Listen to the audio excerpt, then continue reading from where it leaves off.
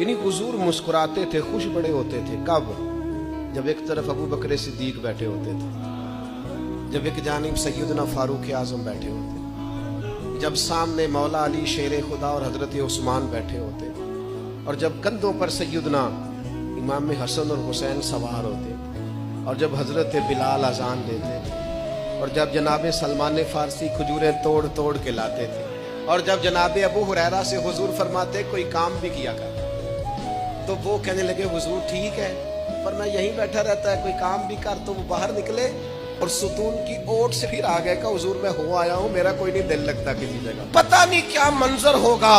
پتہ نہیں کیا رنگ ہوگا، مجھے لگتا ہے فرشتے بھی آسمان کے دروازے کھول کھول کے نیچے جھانک کے دیکھتے ہوں گے، جب حسن تھا ان کا جلوہ نما، دیدار کا عالم کیا ہوگا، اور بن دیکھے فدا ہے ہر کوئی، تو بتاؤ نا دیدار